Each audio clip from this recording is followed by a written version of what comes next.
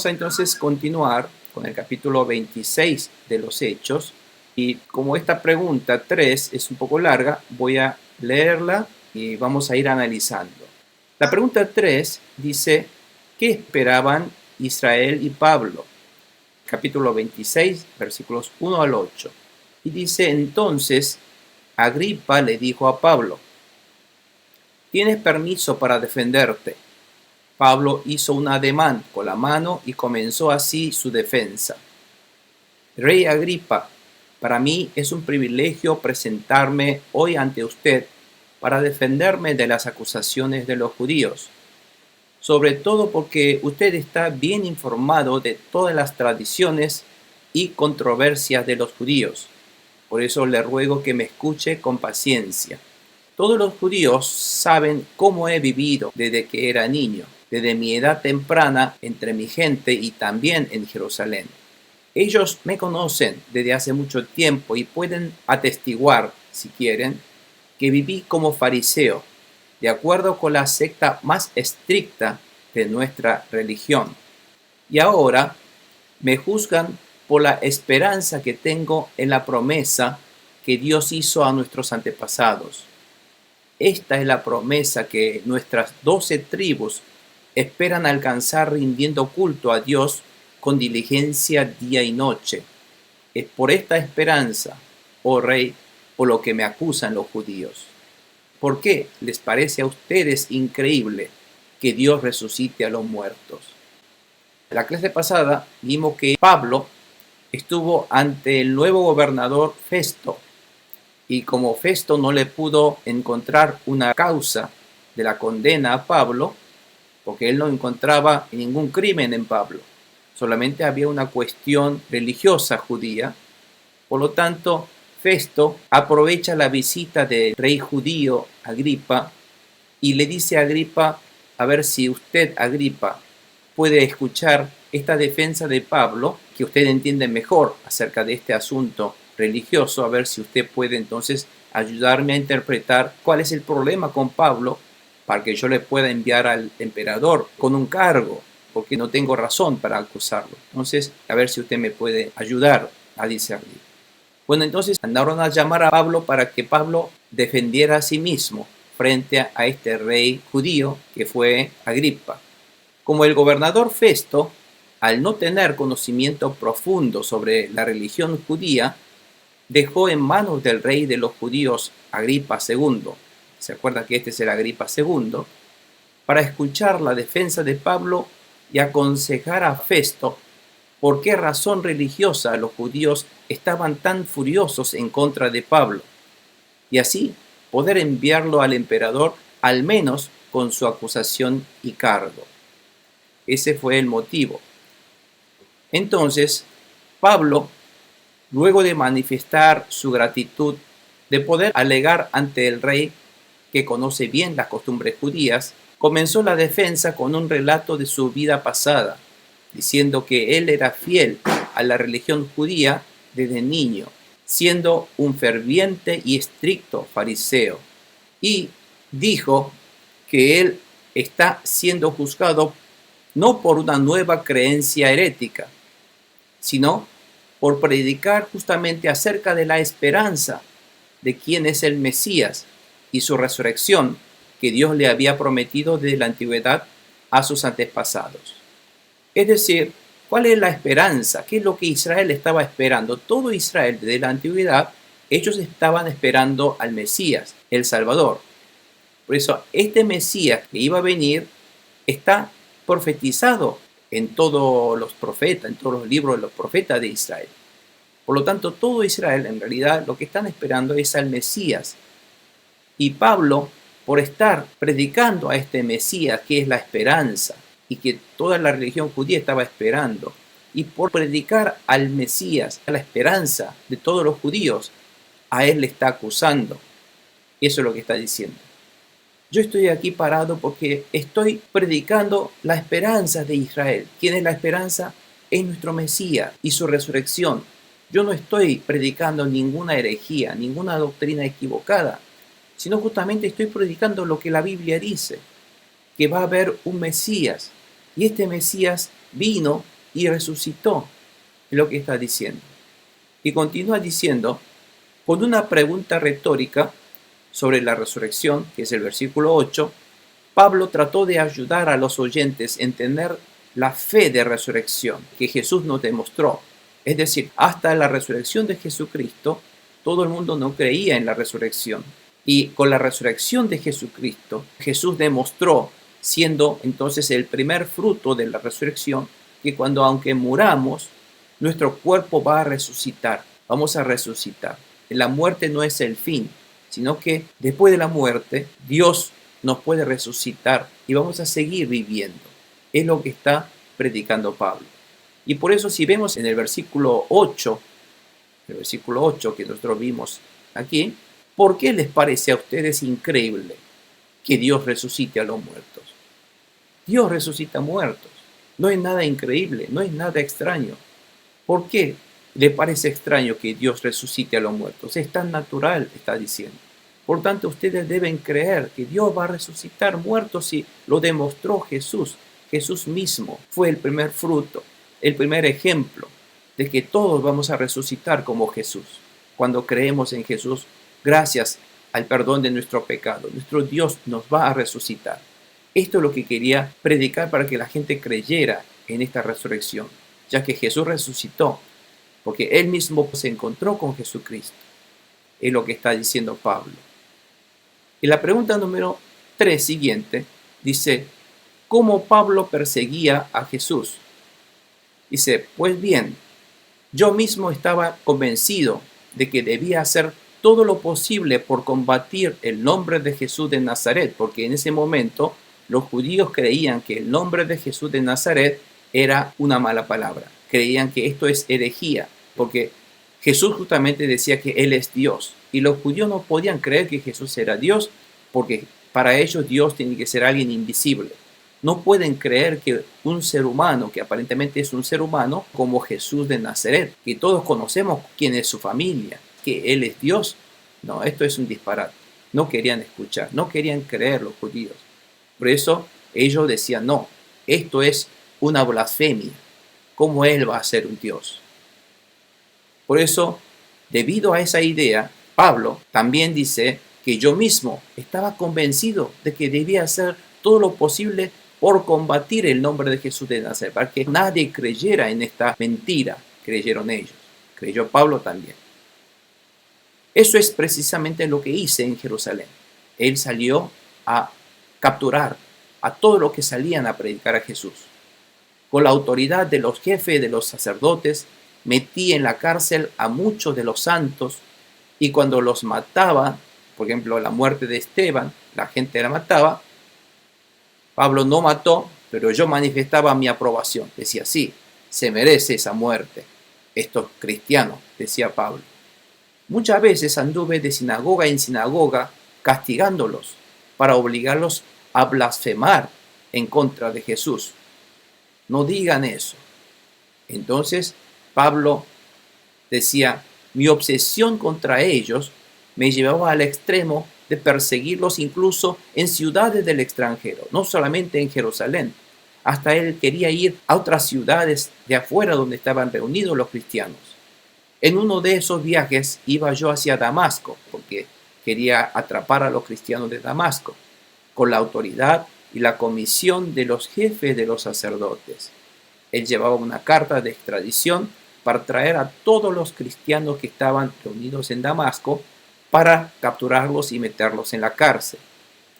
Él está diciendo, así Pablo persiguió y castigó a los cristianos obsesivamente, dice él. Con todo esfuerzo y esmero, yo estaba castigando, capturando a los cristianos, evitando a toda costa que salgan a predicar a Jesús.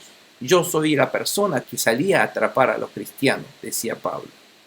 Pero ¿qué dice después en la pregunta número 3 siguiente? ¿Cómo él pudo entonces confiar en la resurrección de Jesús? Y él empieza a contar su conversión a partir del versículo 13. A eso del mediodía, oh rey, decía, mientras iba por el camino, o sea, el camino hacia Damasco, vi una luz del cielo, más refulgente que el sol. Fíjese que era las 12 del mediodía, el sol estaba tan irradiante, pero dice que la luz que él vio fue más refulgente que el sol, más brilloso que el sol, que con su resplandor nos envolvió a mí y a mis acompañantes, hasta que quedó ciego. Todos caímos al suelo y yo oí una voz que me decía en arameo: Saulo, Saulo, ¿por qué me persigues? ¿Qué sacas con darte cabezazo contra la pared? O sea, como que él quiere a toda costa evitar algo que es imposible de evitar. Cabezazo contra la pared, ¿no? Entonces pregunté: ¿quién eres, Señor? Yo soy Jesús, a quien tú persigues, me contestó el Señor. Ahí Pablo dio su testimonio del encuentro con Jesús, que resucitó de la muerte, que cambió la vida de Pablo para siempre. Este encuentro muy significativo en la vida de Pablo, ¿no? Entonces él comenta: es por esa razón, después de mi encuentro con Jesucristo que resucitó, porque él no murió, está vivo, él me habló. Entonces ese encuentro me cambió la vida para siempre. Un encuentro que le hizo ver su pecado, porque en ese momento, mientras que él creía que estaba haciendo lo correcto, persiguiendo a los cristianos, matándolos, metiéndose en la cárcel, bueno, después de que encontró con Jesucristo, se dio cuenta que uno estaba equivocado. Y esto es justamente el arrepentimiento. Porque muchas veces también nosotros siempre creemos que hacemos las cosas a nuestra manera y pensamos que lo que hacemos a nuestra manera es tan correcto, pero en realidad no es tan correcto.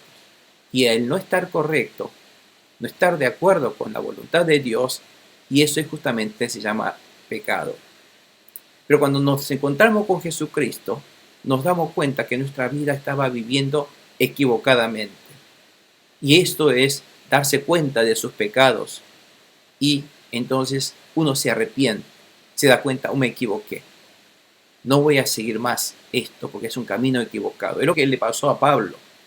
Pablo creía que yo soy correcto, yo soy un fariseo estricto, yo estoy cumpliendo al pie de la letra las órdenes de la ley de Moisés y la palabra de Dios. Por lo tanto, todos aquellos cristianos que salen a decir disparates de que Jesús, ese hombre de Nazaret, dice que es Dios, bueno, a aquellos mentirosos, herejes, los voy a matar, porque contradice la palabra de Dios. Dios no puede ser alguien visible.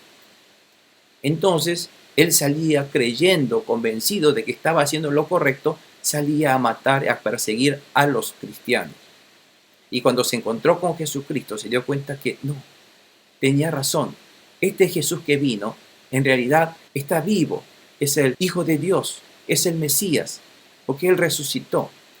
Y la Biblia dice que el Mesías, cuando venga, Él va a padecer, pero va a resucitar.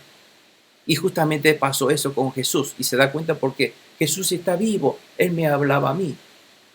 Ahí entonces Pablo se arrepintió, se dio cuenta de que él estaba equivocado, que tenía razón los cristianos, que ese Jesús realmente era Dios que vino encarnado en un hombre.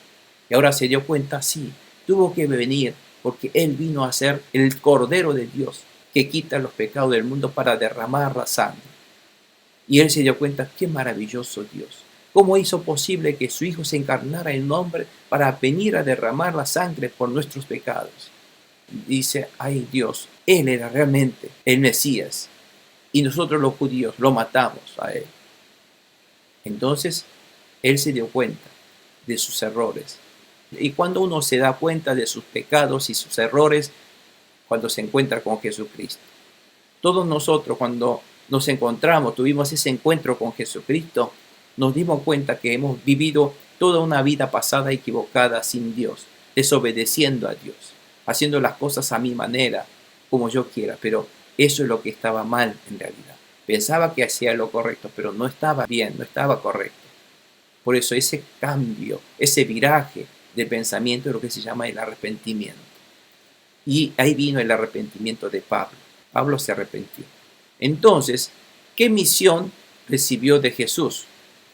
Dice el versículo 16 al 18, ahora ponte en pie y escúchame. Me he aparecido a ti con el fin de designarte siervo y testigo de lo que has visto de mí y de lo que te voy a revelar. Te libraré de tu propio pueblo y de los gentiles. te envío a estos para que les abra los ojos y se conviertan de las tinieblas a la luz y del poder de Satanás a Dios, a fin de que por la fe en mí reciban el perdón de los pecados y la herencia entre los santificados. Jesús escogió a Pablo como su siervo y testigo en realidad. La palabra te libraré, que dice acá, que en griego es exirúmenos. Exirúmenos se puede traducir como te libraré, pero también se puede traducir como te escogeré. O sea, te libraré de tu propio pueblo, te escogeré de tu propio pueblo y de los gentiles. Te he elegido a ti, está diciendo Jesús. Y le dice, te voy a enviar entonces a ellos nuevamente. ¿Para qué? Para abrirle los ojos. ¿Por qué? Tienen los ojos abiertos, pero no ven la verdad de las cosas. Abre los ojos para convertirlos de tinieblas a la luz. O sea, están ellos en realidad como si fueran en las tinieblas, en la oscuridad. No ven la verdad. Así que para que vengan a la luz, está diciendo. Entonces, abre los ojos. Haz que vean, que vengan a la luz. Y la verdadera luz, en realidad, es Jesucristo. Jesús es la luz. Y hágalo venir de la tiniebla a la luz, decía Jesús. Y también del poder de Satanás. Están bajo el poder de Satanás, ahora tráiganlo al poder de Dios. Y de esa manera, la fe en Jesucristo para que ellos puedan recibir el perdón de pecados. Y así poder recibir la herencia como hijo de Dios, la herencia que nuestro Padre Dios nos va a dar. O sea que esta tarea es la tarea que le encomendó Jesús a Pablo.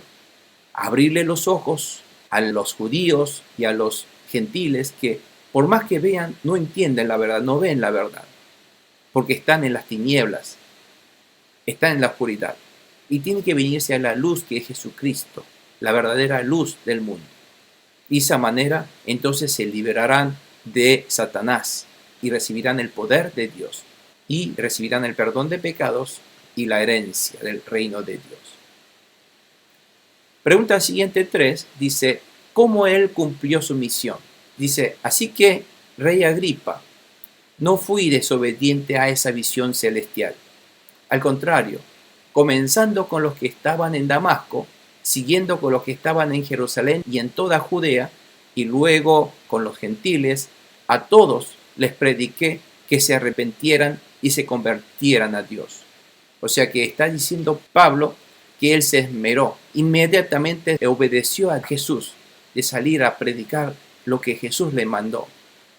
No solamente en Damasco donde él estaba, sino fue a Jerusalén, el corazón de Israel, y en toda Judea. Cuando dice Judea, es no solamente en realidad la parte sur Judea, sino cuando llama así Judea se refería a toda Palestina, donde vivían los israelitas en ese momento.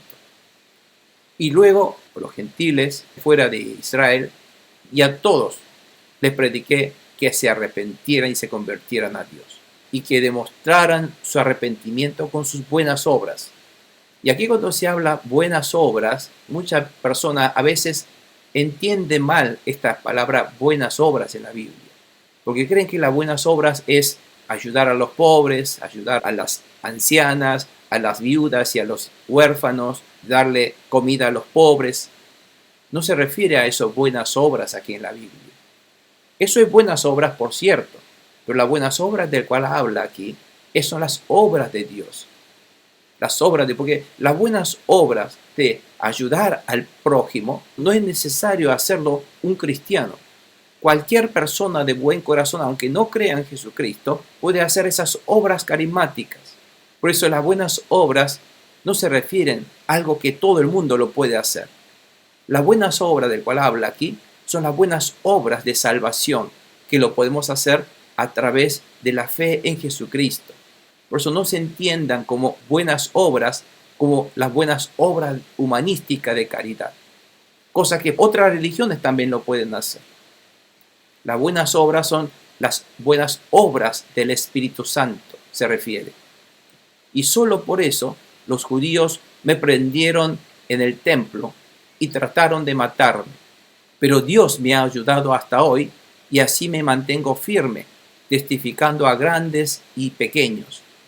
No he dicho sino lo que los profetas y Moisés ya dijeron que sucedería, que dijeron que el Cristo padecería y que siendo el primero en resucitar, proclamaría la luz a su propio pueblo y a los gentiles. Podemos ver a través de este testimonio y declaraciones de Pablo que Pablo fue fiel y fue obediente inmediatamente al mandamiento de Jesús. Porque podemos ver que Pablo predicó inmediatamente desde Damasco, cuando él se convirtió, se encontró con Jesucristo, no esperó, se dio cuenta, me equivoqué, tenía razón, Jesús, él era el Mesías, él vino con cuerpo para derramar su sangre. Así que cuando se dio cuenta de esto, lo volvió loco a Pablo. No puede ser, ¿cómo pude haberme equivocado con él? Jesús era el verdadero Mesías. Él era la esperanza que estuvo esperando todo Israel durante miles de años. Y lo matamos a él. Entonces Pablo, arrepentido, con un corazón dolido y arrepentido, él predicó inmediatamente la verdad que él conoció. Desde Damasco, porque estaba Damasco en ese momento, luego de encontrarse con Jesús. Luego fue a Jerusalén, toda Judea y hasta los gentiles fue a predicar Pablo. Y la prédica de Pablo no era ni más ni menos lo que los profetas y Moisés ya dijeron que sucedería. No era una nueva religión lo que Pablo decía, no. Lo que yo salí a predicar son lo que todos ustedes ya saben. Dice, lo que fui a predicar no era ni más ni menos que todos los profetas de Israel y el profeta Moisés ya dijeron que sucedería y que era que Cristo, que el Mesías, que la esperanza de Israel vendría, pero que padecería, que sufriría. ¿Y eso dónde lo dice? Eso lo dice en Isaías capítulo 53, 3 al 11. Ahí está dicho. ¿Vieron? Esa profecía de Isaías se cumplió, que Cristo padecería. Y sí, ese Jesucristo que vino, padeció, murió en la cruz. Y que siendo primero en resucitar, Isaías 42, 1 al 7, dice, profetiza Isaías que no va a quedarse en la tumba, va a resucitar, está diciendo. Y no solo eso, que él proclamaría la luz a su propio pueblo y a los gentiles, dice Pablo, lo cual está también profetizado en Isaías 49, 6. En fin, lo que Pablo está diciendo a Agripa y a Festo y a todas las autoridades romanas y judías, de que sí, Jesús realmente es el fruto, es el cumplimiento de esas profecías de los profetas, y en especial aquí al profeta Isaías. He visto un video en YouTube interesante. Era un judío mesiánico que le hacía una entrevista. Él iba a Israel y le hacía una entrevista. Y esa entrevista decía, ¿puede por favor usted leer Isaías 53? Porque el capítulo 53 de Isaías para los judíos estaba prohibido leerlo. ¿Por qué estaba prohibido? Porque aquí justamente está la profecía acerca de Jesús, de que el Mesías va a venir, va a ser azotado, mutilado y a ser muerto, que el sufrimiento del Mesías, de Cristo, iba a ocurrir. Y porque los judíos justamente cometieron eso. Por eso proclamarían la luz después a los gentiles, dice. Vamos a ver entonces la pregunta 4 siguiente, que dice, ¿por qué Festo le dijo que Pablo estaba loco? Entonces, 24 y 25. Bueno, Pablo estuvo exponiendo todo esto acerca del Mesías de Cristo Jesús. Y entonces dice versículo 24, al llegar Pablo a este punto de su defensa, Festo interrumpió en voz alta, ¿estás loco, Pablo? Y le gritó, el mucho estudio te ha hecho perder la cabeza. Está mal de la cabeza, le dice Festo. Entonces Pablo le contesta, no estoy loco, excelentísimo Festo, contestó Pablo. Lo que digo es cierto y sensato. ¿Por qué entonces Festo le dijo que Pablo estaba loco? Porque Festo no conocía el mundo espiritual. Ahí está la diferencia. Los judíos, excepto los saduceos, creían en el mundo espiritual, creían en la vida más allá de la muerte. Pero los romanos, los gentiles, no creen, solamente creen en lo visible. La filosofía griega solamente se basa en los hechos visibles y tangibles. Por lo tanto, con esa idea como la ciencia de hoy día, que solamente se basa en los hechos tangibles, visibles, nada más, no van a poder llegar a entender el mundo espiritual invisible. Debido a ello, Festo no conocía el mundo espiritual, por eso le trataba de loco a Pablo. Entonces creía que lo que él veía era todo. Festo ciertamente fue impresionado por la elocuencia y la convicción de Pablo, por supuesto, porque él dijo: sí, Pablo, tú has estudiado mucho, sabes mucho, pero tu sabiduría te ha hecho perder la cabeza, te volvió loco, le dice. Admitió que Pablo había recibido mucho estudio, pero Festo era ignorante del mundo espiritual. Y Festo, al no tener explicaciones, concluyó que Pablo estaba loco o delirando. No encontraba respuesta. Hoy día mucha gente no entiende acerca de la voluntad de Dios, no entiende la palabra de Dios correctamente porque no conocen, desconocen del mundo espiritual o tienen una ignorancia sobre el mundo espiritual de Dios. Aún siendo cristianos, creen solamente en las cosas visibles, como Festo en este caso, y por eso trata de ignorante o trata de delirante o loco a Pablo. En realidad, el ignorante era Festo, ¿no es cierto? Pero Pablo, no le falta el respeto, sino Pablo contestó que era cierto y sensato lo que estaba él diciendo. La pregunta 4 siguiente dice: sin embargo, ¿cómo Pablo le siguió predicando al rey Agripa? Entonces, como Festo no le entendía, entonces se dirigió al rey judío Agripa y dijo: el rey está familiarizado con estas cosas y por eso hablo ante él con tanto atrevimiento, dice. Estoy convencido de que nada de esto ignora. Dice: usted sabe esto, ¿no es cierto, Agripa? Porque no sucedió esto en un rincón escondido. Es algo que estuvo a la vista. Y directamente le dije la palabra a Pablo en el versículo 27, diciendo: rey Agripa, ¿cree usted en los profetas? A mí me consta que sí. Sé que sí, yo sé que usted cree en los profetas. Entonces Agripa le contesta: un poco más y me convences de hacerme cristiano, le dijo Agripa, que casi más me convenzo de lo que tú me dices, dice. Y sea por poco o por mucho, le replicó Pablo, le pido a Dios que no solo usted, sino también todos los que me están escuchando hoy aquí, lleguen a ser como yo. Aunque sin estas cadenas, por supuesto, decía, ¿no? Porque estaba encadenado. No sean encadenados como yo, sino que lleguen a ser como yo, que crean en Jesucristo, que reciban esta salvación. Como quisiera que todos ustedes también conocieran a Jesucristo como su Rey, Mesías y Salvador. Fíjense este testimonio de Pablo. En realidad Pablo se está defendiendo a sí mismo contra las acusaciones, pero él propicia esa oportunidad de predicar en lugar de defender su vida. No, él se dedica a predicar a Jesucristo, en la resurrección de Jesucristo. Él quiere predicar el evangelio a la gente. Así que como Festo no entendió, Pablo trató de predicarle al rey Agripa. Entonces, Agripa era patrocinador del templo, el templo de Herodes, por lo tanto él había construido ese templo gigantesco. Por lo tanto, él tenía conocimiento del judaísmo, pero no tenía convicción y fe en el mensaje de los profetas, o no tenía tanta convicción y profundidad de conocimiento.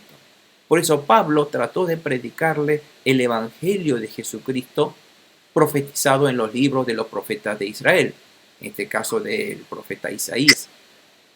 Y la reacción del rey Agripa fue lamentablemente mediocre. ¿Se acuerdan en Revelaciones 3:16? Dice: tú no eras ni frío ni caliente, sino tibio. Y la reacción de Agripa fue así. Si bien Pablo le dice: ¿se acuerdan esa profecía de Isaías, del cual habla que el Mesías vendrá y va a ser condenado, él va a sufrir, él padecerá? Bueno, ocurrió, y eso es con Jesucristo. Ocurrió tal cual como dijeron los profetas. Usted sabe muy bien, rey Agripa, usted es consciente de eso, le está diciendo Pablo. Pero Agripa se cayó la boca, no dijo nada, no dijo ni sí ni no, porque él sabía muy bien en su corazón que Pablo estaba diciendo la verdad. Pero él no quería darle la razón a Pablo, porque de esa manera enfurecería más a los judíos. Y como él era el rey de los judíos, sabiendo que Pablo estaba diciendo lo correcto, se cayó la boca. No le dijo nada. Bueno, entonces Agripa sabía que Pablo tenía razón por lo que no tenía por qué ser juzgado. Él no tenía por qué estar aquí en el tribunal, pero quiso satisfacer a la multitud de los judíos y no a Dios. Ahí está el problema de los líderes. ¿A quién debo satisfacer? ¿Al hombre o a Dios? Lamentablemente Agripa quiso satisfacer al hombre y no satisfacer a Dios, dándole crédito a las palabras de Pablo. Aquí podemos ver que Pablo deseaba que todos creyeran en Jesucristo. Pablo dijo, espero que sean todos ustedes como yo, pero sin estas cadenas, por supuesto, decía Pablo. La pregunta 5 siguiente dice, ¿cuál fue la conclusión de los que juzgaban a Pablo? ¿Cuál fue el tópico de la predicación de Pablo? Y todo se levantó, todos los que estaban allí, ¿quiénes eran que estaban allí? El gobernador Festo, el rey Agripa, y la hermana Berenice de Agripa, y los que estaban sentados con ellos, y las autoridades. Al retirarse, se levantaron la sesión y decían entre sí, este hombre no ha hecho nada que merezca la muerte ni la cárcel. No tiene ninguna culpa, dijeron entre ellos. Y Agripa entonces, el rey judío, le dijo a Festo, al gobernador romano, dijo, se podría poner en libertad a este hombre, porque no tiene culpa. Se puede liberar a este hombre, si no hubiera apelado al emperador. Es decir, debido a que Pablo apeló al emperador, tiene que mandarlo al emperador. Por eso tuvieron que meterlo en la cárcel, dejarlo en custodia. Pero no tiene por qué dejarlo en custodia. Este hombre puede ser libre, le dijo Agripa. Entonces se levantó la sesión sin ninguna condena, lo cual significa que el veredicto fue que Pablo era inocente, confirmado por lo que le dijo Agripa a Festo en este versículo 32, ¿no? De que este hombre tiene que estar libre, no tiene por qué estar encarcelado, decía. Pero por haber Pablo apelado al emperador, debieron mantenerlo en la cárcel para ser enviado a Roma. En realidad le convenía esto a Pablo. ¿Por qué? Porque estaba bien custodiado. Porque si estaba andando afuera, en cualquier momento los judíos le iban a apuñalar para matar a Pablo. Así que Dios hizo hasta eso, custodiar a Pablo, dejarlo bien resguardado en la cárcel, bien custodiado por los soldados romanos a Pablo. ¿Para qué? Para ser enviado a Pablo a Roma, que es el corazón del mundo en ese momento, y salir a predicar a Jesús en Roma, porque ese también estaba dentro del plan de Dios hacia Pablo. Y le dijo durante una de sus visiones, también tendrás que predicarme en Roma. ¿Qué podemos entonces aprender de Pablo, quien predicó con denuedo ante las autoridades? ¿Cómo Dios está guiando a Pablo? Y la rotunda convicción de Pablo, quien predicó con denuedo ante las autoridades, fue debido a que el Espíritu Santo de Dios estaba en él, guiando cada palabra que decía Pablo. Por lo tanto, si nosotros leemos en Lucas 12, 11 al 12, dice esto Jesús: cuando los hagan comparecer ante las sinagogas, los gobernantes y las autoridades, le dice Jesús, no se preocupen de cómo van a defenderse o de qué van a decir. ¿Por qué? Porque en ese momento el Espíritu Santo les enseñará lo que deben responder. Les pondrá el Espíritu Santo de Dios, les pondrá palabras en su boca para decir qué es lo que van a tener que decir en cada oportunidad. Así que tal como Jesús predijo, como dijo en Lucas 12, Pablo estaba lleno del Espíritu Santo. Estaba lleno de la palabra que el Espíritu Santo le ponía en su boca para salir. Pero ¿sabe qué? Como el Espíritu Santo tiene la función de predicar a Jesucristo, él no predicaba a Pablo. Pablo no se dedicó a defenderse a sí mismo, sino él contó su historia para justamente predicar a Jesucristo, que lo que él predicaba estaba bien, que era correcto. ¿Y eso quién lo hizo? El Espíritu Santo de Dios, gloria a Dios. Y Pablo justamente fue un instrumento del Espíritu Santo. Pablo, aún durante su defensa, no perdió la oportunidad de predicarle a las autoridades sobre el Evangelio de Jesucristo. Pablo siempre cuando encuentre oportunidad de predicar el Evangelio, nunca falló en predicar el Evangelio. Ese era lo hermoso de Pablo. Pablo no escatimaba su vida, no importaba. Vaya donde vaya, él siempre salía a predicar a Jesucristo. Gloria a Dios. Bueno, entonces para cerrar esta lección, vamos a un poco recapitular, como decimos, recuerda. Recuerda entonces, hermanos, a través de estos 3 capítulos de los Hechos en la lección 22, de que cuán peligroso es saber toda la Biblia, hasta memorizar la Biblia, pero no ver la voluntad verdadera de Dios. Lo que le pasó a Pablo. Pablo era un fariseo estricto, era fariseo de los fariseos. Él aprendió toda la vida, toda la Biblia, desde la niñez, acerca de la Biblia, de la Torá, de todos los mensajes de los profetas, que los judíos le dan tanta importancia. ¿De quién? Del mejor profesor de la Biblia de la época, que fue el maestro rabino Gamaliel.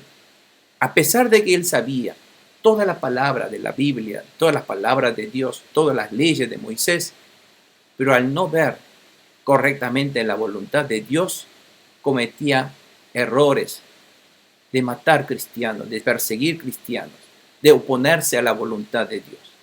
Por eso es cuán importante para un cristiano no solamente conocer la Biblia, sino conocer correctamente la Biblia para entender la voluntad de Dios. Porque hasta Pablo puede equivocarse. Entonces, ¿cómo podemos entender la palabra de Dios correctamente? Cuando nosotros realmente somos humildes, nos arrodillamos ante Dios, nos arrepentimos de nuestros pecados, dejamos de lado nuestros pensamientos y nuestra terquedad, nuestra intuición en la Biblia, decir, Señor, estoy aquí, voy a borrar, voy a resetear mi cabeza, voy a borrar toda mi mente y voy a hacer un papel blanco. Que el Espíritu Santo me escriba en este papel blanco tu voluntad. Entonces, el arrepentimiento es tratar de borrar todo lo que yo tengo y tener un papel blanco y decir, Espíritu Santo de Dios, escribe tu voluntad sobre mi corazón, mi mente, para poder entender lo que la Biblia dice. Es lo que entonces ocurre cuando uno se encuentra con el Espíritu de Jesús, el Espíritu Santo de Dios, lo cual ocurrió con Pablo. Sabemos que Jesús, solamente Jesús, es nuestro único Salvador, que nos puede sacarnos de la ceguera del mundo a la luz, porque el que está en el mundo, el que solamente conoce los conocimientos del mundo, uno en realidad está en la ceguera. ¿Y por qué? Porque el mundo no es la luz. Únicamente la luz verdadera es Jesucristo. Por eso solamente cuando nosotros nos venimos a Jesucristo, nos encontramos con Jesucristo, lo que pasó con Pablo justamente, al encontrarse con Jesús, toda su sabiduría no sirvió de nada. Se encontró con Jesús, que es la luz verdadera, es la luz del mundo verdadera. Jesús mismo dijo, yo soy la luz del mundo. Hay mucha luz, pero la verdadera luz es Jesucristo. Y solamente cuando uno viene a Jesucristo, se encuentra la luz verdadera y se le abre los ojos. Y entonces, fíjense, un poco simbólicamente, Jesús le irradió con esa luz incandescente, intensa, a Pablo. Si bien Pablo, tú crees que sabes todo, no, estás ciego. Necesitas esta luz de que es Jesucristo. Y efectivamente, ante la luz de Jesucristo, Pablo se quedó ciego, para hacerle saber que Pablo, tú eres un ciego en realidad. Necesitas de que Dios te haga ver. Y eso lo hizo Dios a través del hombre de fe Ananías, que lo mandó para que le abriera los ojos a Pablo, ¿no? Espiritualmente tiene una connotación tan importante de la ceguera espiritual. Hoy día también, tratar de entender correctamente la palabra de Dios, que es un mundo espiritual. El punto 3 dice, los verdaderos cristianos hoy día son los que han experimentado realmente un encuentro con Jesucristo, que vive. Aquel si no ha encontrado con Jesucristo, con el Espíritu Santo de Jesús, uno entonces no puede decir que es un verdadero cristiano. Por lo tanto, los verdaderos cristianos son los que han tenido esa experiencia de la unción del Espíritu Santo de Jesús. Por eso, Jesús recomendó a los discípulos, si vemos en Hechos 1:8, de que pero cuando venga el Espíritu Santo, dice, cuando venga, sin el Espíritu Santo no, pero sí con el Espíritu Santo, cuando Él venga sobre ustedes, ustedes recibiréis poder y serán mis testigos. Recién serán mis testigos, tanto en Jerusalén como en toda Judea y Samaria y hasta los confines de la tierra. Gloria a Dios. Por eso, amados hermanos, es tan importante que no solamente sepamos y memoricemos la Biblia, sino que entendamos correctamente acerca de la voluntad de Dios, y es a través de Jesucristo y su Santo Espíritu que nos da a entender y nos hace experimentar la experiencia del mundo espiritual, del poder de Dios. Es importantísimo para que podamos entonces, a través de esa unción del Espíritu Santo, podamos recibir poder de sanar enfermos, poder de expulsar demonios, poder de usar el nombre de Jesús para predicar y expulsar toda obra del enemigo que son reales. Y así podemos salir de esa manera a testificar que realmente el que vive y reina entre nosotros es nuestro Señor Jesucristo, nuestro Señor y Salvador. Amén. Gloria a Dios. Bueno, entonces con esto, amados hermanos, vamos a terminar la lección de hoy, y quisiera que cerremos nuestros ojos y demos gracias al Señor. Así como Pablo predicó a las autoridades, y nosotros también queremos ser testigos de Jesucristo, salir a dar a conocer a cualquier persona, no solamente a las autoridades, a los amigos, a los familiares, a la gente, a la vecina, a quien tengamos a nuestro alrededor, predicar a Jesucristo, hablar de la Biblia, hablar de los pecados, hablar del arrepentimiento, hablar de cómo Dios a uno le ha bendecido, y dar ese testimonio y la experiencia que uno ha tenido con el Espíritu Santo real de Dios en nuestra vida, y dar a conocer a los demás. Amén. Bueno, oremos entonces. Padre Santo Celestial, glorioso Rey Todopoderoso, te damos gracias en esta noche otra vez por darnos tu palabra, Señor, por alimentarnos con estas palabras de los hechos y darnos a conocer cuál debería ser la tarea, la voluntad y la postura que debemos tener como verdaderos cristianos para poder hacer tu voluntad, Señor. Porque no basta con solamente que conozcamos tu palabra, sino sin equivocarnos, conocer correctamente tu voluntad y llevar a cabo tu voluntad, que es predicar a Jesucristo, exaltar el nombre de Jesús, salir a recibir el Espíritu Santo y ser un instrumento poderoso del todopoderoso y sobrenatural Espíritu Santo que obra entre nosotros. Confesando nuestra fe, salimos a ser hijo de Dios y obrar con todo corazón, con toda humildad, acerca de que Jesús nos ha encomendado a nosotros de salir a ser discípulos de todas las naciones. En el nombre de Jesús, Señor, utilízanos.